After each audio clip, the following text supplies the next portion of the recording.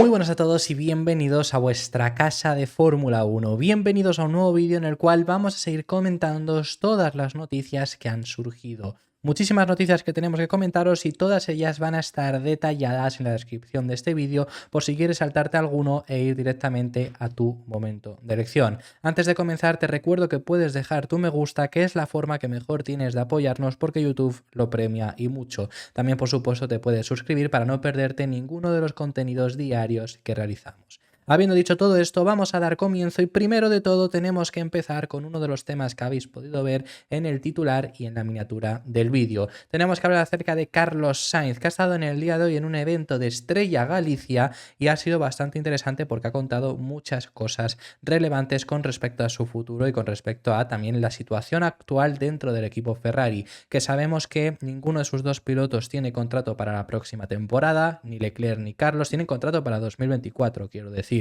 pero no para la siguiente, para 2025, y los dos, tanto Leclerc como Sainz, han mostrado públicamente sus intenciones de renovar y además también han mostrado querer renovar antes de que dé comienzo 2024 para entrar a 2025 con su futuro decidido. Pues es en este evento de Estrella Galicia que ha tenido lugar en el día de hoy, Carlos Sainz ha hablado acerca del estado actual de su renovación, un estado actual del cual ya ha habido bastantes noticias, se ha hablado mucho desde Italia, sobre todo además de detalles de su contrato, de algo en lo cual Carlos nos ha querido meter. También hemos visto recientemente al propio equipo Ferrari confirmar que las negociaciones estaban teniendo lugar, con el propio Frédéric Vasseur diciéndolo, y ahora es el propio madrileño quien confirma esto, diciendo además varias cosas interesantes, como lo es que las dos partes, tanto él como Ferrari, están en misma sintonía, quieren los dos renovar. También ha hablado acerca de que es muy importante para él entrar en 2024 sabiendo su futuro en 2025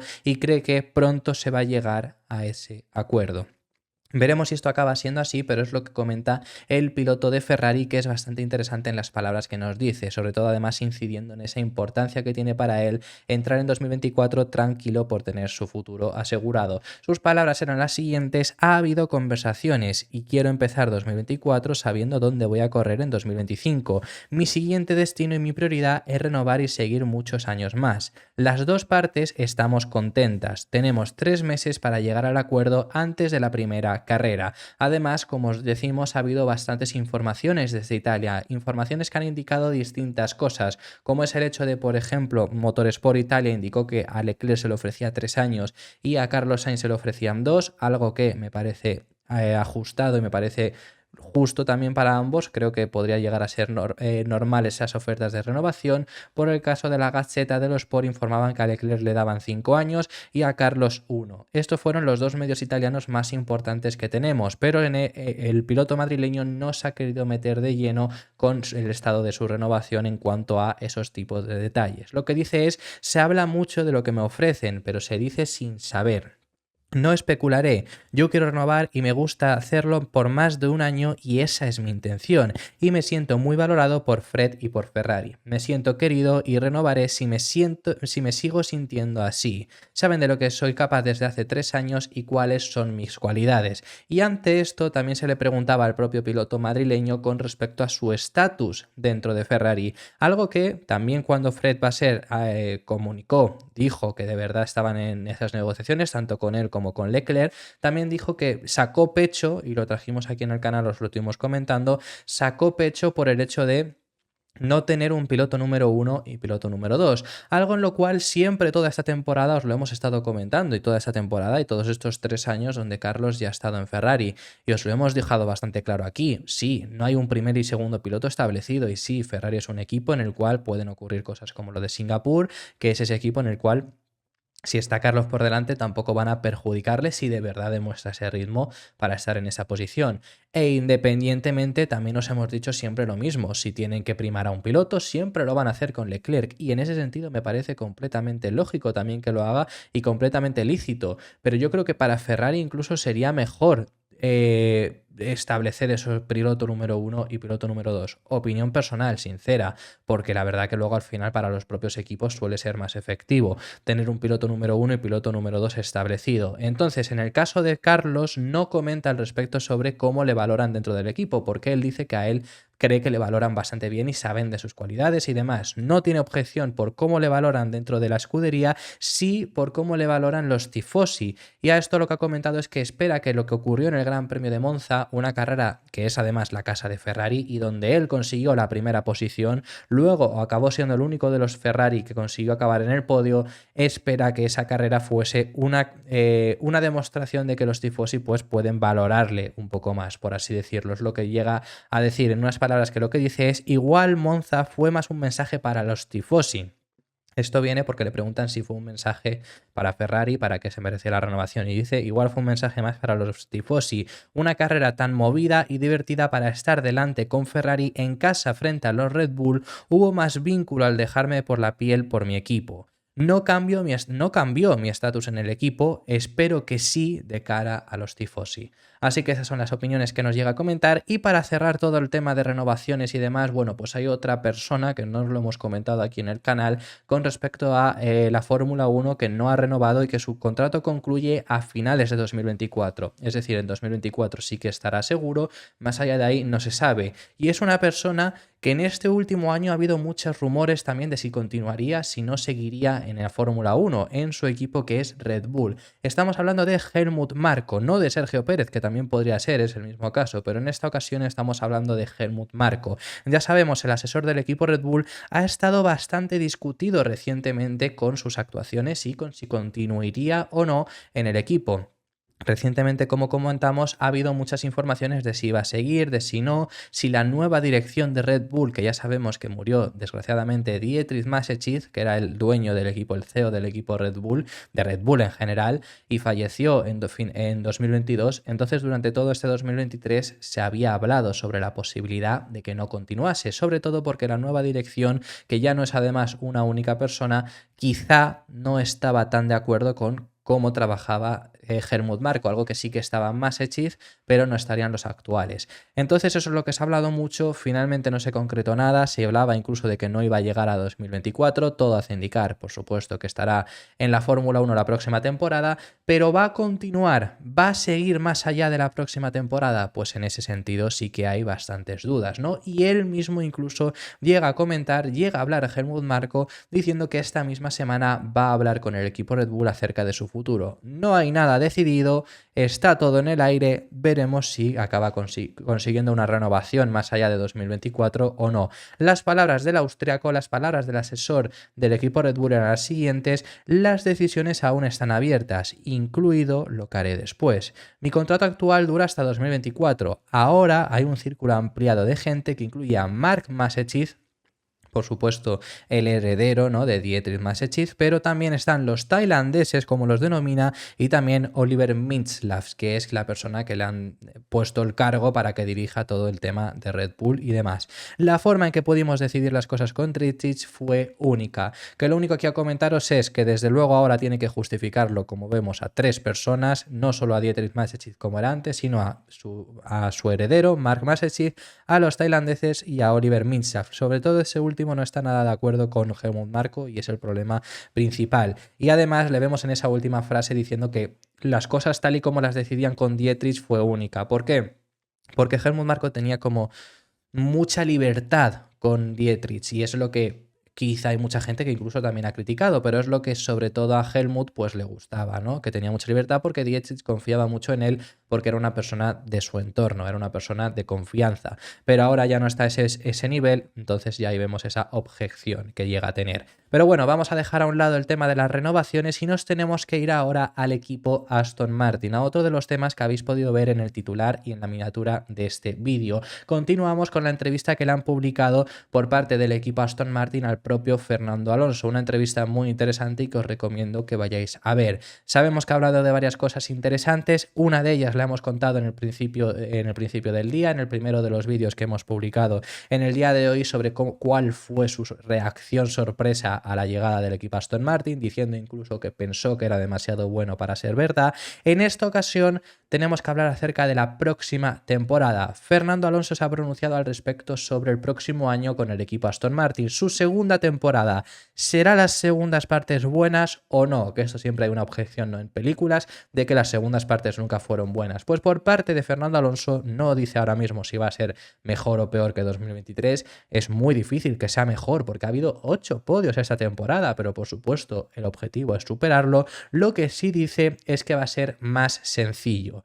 ¿A qué se refiere con esto? Pues muchos procedimientos que tuvo que tener el año pasado, porque era la llegada al equipo, tenía que conocer a mucha gente y eso quizás, sobre todo los primeros meses, le lastró un poco porque era el comienzo del trabajo con ellos. El próximo año no estará, lo que hará todo mucho más sencillo y hará que desde el principio de enero, cuando empiece de nuevo a trabajar con el equipo Aston Martin, pueda centrarse de lleno en preparar ya desde enero, como decimos, las 2 primeras carreras. 2 primeras carreras que tendrán lugar en Bahrein y Arabia Saudí, semanas consecutivas, así que ya desde ese principios de enero, cuando regrese a la fábrica de Silverstone, empezará a trabajar en ello y se ahorra todos los procedimientos de conoce a este, conoce a tal, adecúate a cómo trabaja no sé quién, empieza a trabajar con este, dile a este cómo prefieres trabajar. Es decir, todo eso se lo ahorra porque ya lo ha realizado. En ese sentido, desde luego, el próximo año será más sencillo y es algo positivo en ese sentido, porque ya conoce a todo el mundo, saben cómo trabajan. Si es que hubiese alguien nuevo, es ese quien se tiene que adaptar, no Alonso.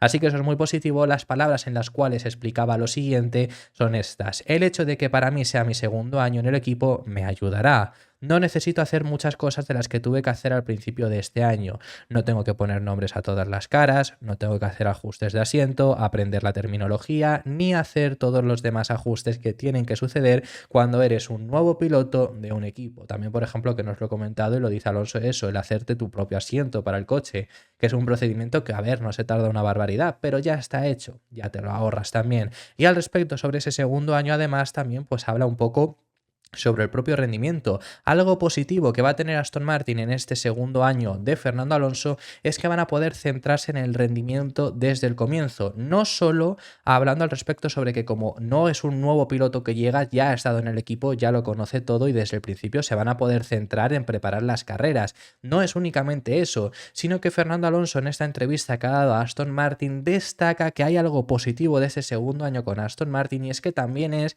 el segundo año de este concepto. A lo que se refiere es que ahora van a afrontar cada gran premio teniendo ya datos de la pasada temporada y sabiendo cómo puedes ajustarlos también para el próximo monoplaza, pero cómo puedes afrontar esa carrera de la mejor forma, sabiendo qué errores se cometieron y dónde acertases para replicarlo. Eso es algo que durante esta temporada 2023 Aston Martin no ha contado con ello, porque el 2022 el concepto del coche fue muy diferente y el rendimiento era mucho más inferior. Así que es algo muy positivo para este segundo año de Aston Martin. Y esto es algo que yo ya os había comentado también, el hecho de que esta próxima temporada en 2024 puede ser mejor o puede ser peor para el equipo Aston Martin, pero desde luego llevan ventaja, por ejemplo, a Ferrari y a Mercedes, porque ya es el segundo año de este concepto y en ese sentido van a llevar cierta ventaja. Saben, conocen el coche, han recopilado datos, no les ha ido del todo bien en todas las ocasiones, pero saben qué pueden hacer para conseguir el mejor rendimiento con el monoplaza, los errores que cometieron en 2023 e intentar no replicarlos también en ese 2024. Estos son cosas muy positivas para el equipo Aston Martin y, como os digo, además un paso adelante que llevan en comparación con Mercedes y Ferrari, que sí que cambian de concepto y en este sentido empiezan de cero, que es un problema muy grande para ellos, ya os lo hemos comentado también aquí. Por supuesto, puedes aún así funcionar. El propio equipo Aston Martin, sin esos datos, ha conseguido 8 podios, como os comentábamos, pero sí que es algo que en ese caso Aston Martin lleva de adelanto frente a los rivales. Las palabras en las que lo explicaba Alonso eran las siguientes: todo será más fácil, podremos centrarnos más en el rendimiento y la preparación para las 2 primeras carreras desde el primer día. También tenemos una base muy sólida con la que trabajar a partir de 2023. Cuando lleguemos a una carrera, el trabajo que hagamos será una optimización de lo que hicimos este año. El coche de 2022 quizá no era lo suficientemente bueno como referencia para nosotros este año y en muchos fines de semana partíamos de cero. 2024 debería ser más fácil en términos de preparación y podemos centrarnos más en los detalles. Que además de todo esto, pues ya para finalizar con este apartado de esa entrevista, Fernando Alonso también ha hablado al respecto sobre expectativas, al respecto sobre lo que ha sido en 2024 y cuáles son sus ambiciones para la próxima temporada. Por supuesto, después de un año muy exitoso, pues hay que preguntarle al respecto sobre ello y su respuesta era la siguiente: no creo que vaya a cambiar mucho porque hay demasiadas incógnitas de cada temporada. En la Fórmula 1 puede pasar cualquier cosa. A esto, por supuesto, sabemos que de repente Aston Martin puede caer en picado de rendimiento. Así que puede pasar cualquier cosa. Cuando salgamos a la pista en los entrenamientos de invierno o en la primera carrera del año que viene, creo que veremos cómo están las cosas y seremos muy abiertos con los objetivos que nos marquemos para el campeonato. Espero que volvamos a ser competitivos y que luchemos por los puntos y los podios y que consigamos nuestra primera victoria, que esto sería un sueño, pero no podemos subestimar el resto restante. Además de todo esto, algo bastante interesante también que ha salido por parte del equipo Aston Martin, Mercedes, bueno, esto tiene que ver con respecto a los dos. Y nos tenemos que hablar de cómo Mercedes ha conservado su información frente a Aston Martin. Sabemos que son dos equipos que ahora mismo Aston Martin es cliente, ahora mismo Aston Martin compra los motores y también compra otras componentes como son la caja de cambios, pero además sabemos que Aston Martin utiliza el túnel de viento del equipo Mercedes, porque todavía no lo han acabado, que por cierto, el túnel de viento de Aston Martin finaliza su construcción en este 2024. Entonces, con esa premisa, ¿cómo es que Mercedes ha conseguido ser confidencial y guardarse toda la información que ellos consiguieran para ellos? Pues esto lo ha comentado Tom McCulloch, diciendo que además esto es algo en lo que se esfuerza mucho la FIA para que no haya trasvase de esa información y es algo que consiguen cumplir bien y que con la relación que tienen Aston Martin y Mercedes, que es buena, aunque Aston Martin se marche para 2026, lo que comenta es que mantienen mucho la confidencialidad e incluso Mercedes, cuando les deja utilizar ese simulador, les pone otras puertas incluso por las que debe de pasar Aston Martin para que no haya posibilidad de que se junten y de que haya ese trasvase de información. Así es la extrema forma en la que Mercedes conserva su información frente a Aston Martin. Que es algo, por ejemplo, en el primero de los vídeos del día de hoy os comentábamos que la FIA quiere hacer revisiones rutinarias, revisiones sin previo aviso, que es algo que yo creo que es bastante positivo, que podría ser bueno, pero es algo que quiere hacer. La FIA es bastante estricta en este caso y es bastante estricta también en el hecho de compartir información entre equipos. Hay una serie de cosas que sí que se pueden compartir, incluso comprar, como es lo que hace el equipo Aston Martin, pero hay otras que no se puede ni siquiera llegar a hablar al respecto sobre ello. Entonces se hacen muchas inspecciones también de ello. Aston Martin, cuando era Racing Point en 2020, tuvo incluso que pagar una multa debido a haberse copiado en los frenos al equipo Mercedes. Parecía que tenían, bueno, parecía no, salió oficial, claro, salió confirmado por la FIA, tenían más información de la que no sería lo lógico, incluso solo con fijarte en esos frenos, ¿no? Entonces, eso es algo en lo que se esfuerza cada vez más la FIA para que no haya ese trasvase de información. En el caso de Mercedes y de Aston Martin no la hay de esta forma. Esto lo ha comentado Tom McCulloch y las palabras que decía son las siguientes: la FIA es bastante estricta y hace muchas inspecciones y todas esas cosas. Dominic Harlow, que es el jefe de auditoría técnica de la Fórmula 1, va visitando y mirando a los equipos, pero para nosotros con Mercedes está todo absolutamente cerrado para uno y abierto para el otro. Tenemos hasta diferentes puertas de acceso y diferentes personas dirigiendo las sesiones. Así que creo que desde el punto de vista de la confidencialidad, obviamente la reacción que tenemos con Mercedes es muy sólida en ese sentido. En cuanto a la FIA, es su trabajo vigilar todo eso. Que bueno, lo único que aquí también comentaros que yo, por mucho que ellos desde Aston Martin, desde Mercedes también siguen incidiendo que tienen buena relación, yo creo que desde luego que la salida de Aston Martin de Mercedes, dejar de ser ese equipo cliente para marcharse de forma independiente, creo que sí que ha afectado más de lo que ellos incluso dijeron, pero el hecho de poner puertas separadas es lo lógico también para, por supuesto, mantener esa información. Ni Aston Martin quiere que haya informaciones de su equipo que se compartan con Mercedes, ni al contrario, no vaya a ser que aciertes, no vaya a ser que encuentres una alternativa y desde luego que otro equipo te la copie, que sea encima el equipo que al final tienes que compartir túnel de viento. Que por cierto, esto también sí que es una cosa que a Aston Martin le va a venir muy bien cuando tengan su propio túnel de viento, que concluye, como ya sabemos, a lo largo de esta temporada. Se habla a partir de abril, mayo, junio se debería de concluir ese túnel de viento, esa construcción. Es muy positivo, no solo por tener tu propio túnel de viento y no tiene nada que ver en el trasvase de la información, sino lo que me quiero referir es que es muy positivo porque Aston Martin ahora mismo solo puede utilizar el túnel de viento los fines de semana, que es cuando se lo deja a Mercedes. Así que ahora al tener su propio túnel de viento será muy positivo. Ya no solo el hecho de tenerlo enfrente, que no te tienes que desplazar hasta Brackley, que algo te lleva de tiempo, sino que incluso lo vas a poder usar siempre que quieras. Y para finalizar, lo último que os tenemos que comentar en este vídeo y cerramos con todo, os tenemos que hablar acerca del equipo Alpine. Sabemos que Alpine no ha tenido la mejor de las temporadas en este año 2023 y eso que venían con unas expectativas altísimas, siempre indicaron que ellos venían para competir frente a Ferrari, frente a Mercedes y demás, pero no es que no lo hayan conseguido y que por lo menos hayan quedado en esa misma posición en la que estaban, que al final era el objetivo realista para Alpine, quedarse en ese cuarto puesto en el Mundial de Constructores, sino que encima han sido sextos porque Aston Martin y McLaren les ha sorpasado. Así que en ese sentido el próximo año Alpine necesita un cambio radical, necesita hacer las cosas mucho mejor y así mismo es como Matt Harman, director técnico del equipo Alpine, lo confirma, diciendo que van a traer un coche completamente nuevo. No van a cambiar el concepto teóricamente, pero sí que van a remodelarlo muchísimo, hacer una evolución drástica, una evolución radical de su monoplaza, y además hablan de que en ese 2023 realmente se equivocaron. Quizás la primera vez que desde Alpine admiten que se equivocaron también,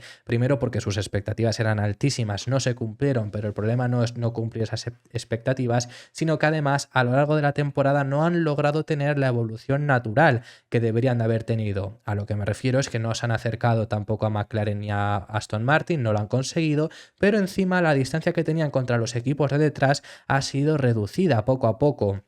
Y eran anteriormente un equipo que estaba a una diferencia bastante grande de los equipos de detrás, pero no han conseguido reducir esa diferencia, por lo que admiten que desde luego no han conseguido tener un buen año en ese desarrollo. Tuvieron una temporada mucho mejor en 2022, según comenta Matt Harman, y para 2024 esperan con este cambio radical conseguir una mejora, que como os digo no va a haber un cambio de concepto, sí que va a haber un cambio importante en el monoplaza, cambio en los componentes, una evolución drástica, manteniendo ese concepto, pero no un cambio radical indica ese cambio de concepto, como sí que siempre, parece que siempre se está hablando de esto porque McLaren cambió de concepto y salió bien, Aston Martin cambió de concepto y salió bien, Ferrari y Mercedes van a cambiar de concepto la próxima temporada y estos cuatro se acercaron al concepto de Red Bull y fijaros dónde están.